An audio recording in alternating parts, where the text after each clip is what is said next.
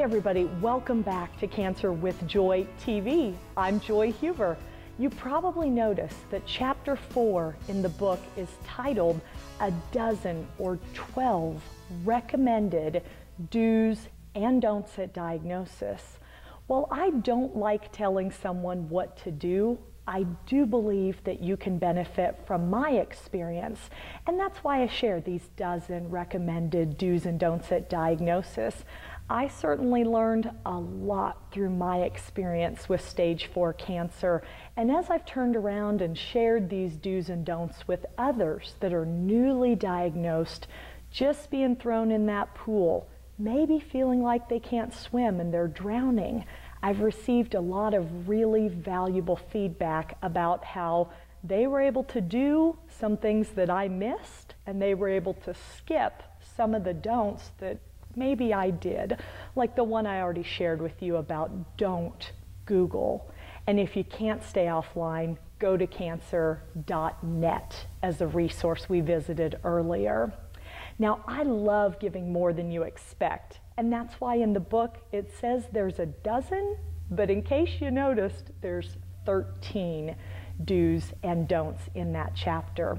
And today we cover do number 13, which is the bonus one, and it's so important, especially as a young adult.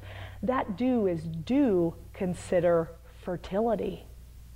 When I was diagnosed with stage 4 cancer in March of 2010, I was just 33 years old at the time. I'm not a mom, I've never had kids, and 3 weeks later to the day, I was in my first chemo. It was Wednesday, March 24th when I was diagnosed. It was Wednesday, April 14th when I was in the hospital for chemo number 1. In those 3 weeks, it was a hectic, frantic time. No doctor ever mentioned to me preserving fertility, whether that was egg harvest or any other options. At stage 4 cancer, they were so focused on testing, having a PET scan, checking the bone marrow, stenting my right kidney, removing a lymph node for testing, placing a port for chemo delivery. There was a lot going on. So this is a do I'm really pleased to share.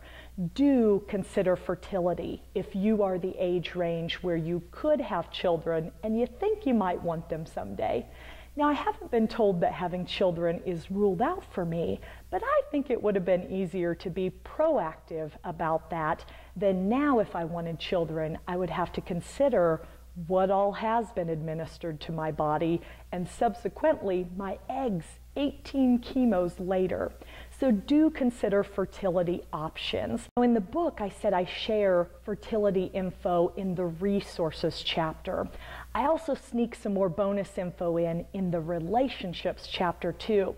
So now let me show you around a few resources that are listed in those 2 chapters in the book. Welcome to fertilehope.org. This is listed in the resources chapter of Cancer with Joy. It's listed on page 123 in a special section called Cancer Services. Just want to take a minute and show you around this resource. It says Fertile Hope is a national Live Strong initiative dedicated to providing reproductive information, support, and hope to cancer patients and survivors whose medical treatments present the risk of infertility. And so there's additional information here. What I want to show you that you can click on is there is a fertility resource guide also listed.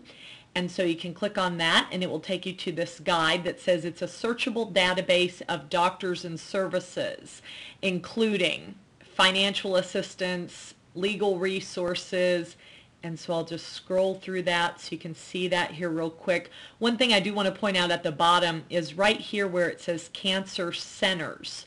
If you would like to find a cancer center that is actively addressing the reproductive needs of cancer patients and survivors, and you can click on that as well and go there, and they give a list of approved centers.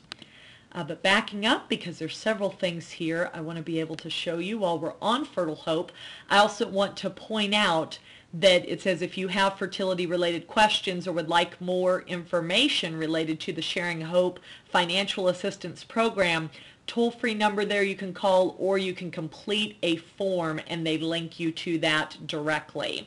So those are a few things from the Fertile Hope website. As I said in the video, I also sneak in some additional fertility resources in the Cancer and Your Relationships chapter. And on page 97 of the book, I list a couple of additional links. Here I want to show you the one that's called Preserving Fertility in Women Before Cancer Treatment, and this comes from the American Cancer Society.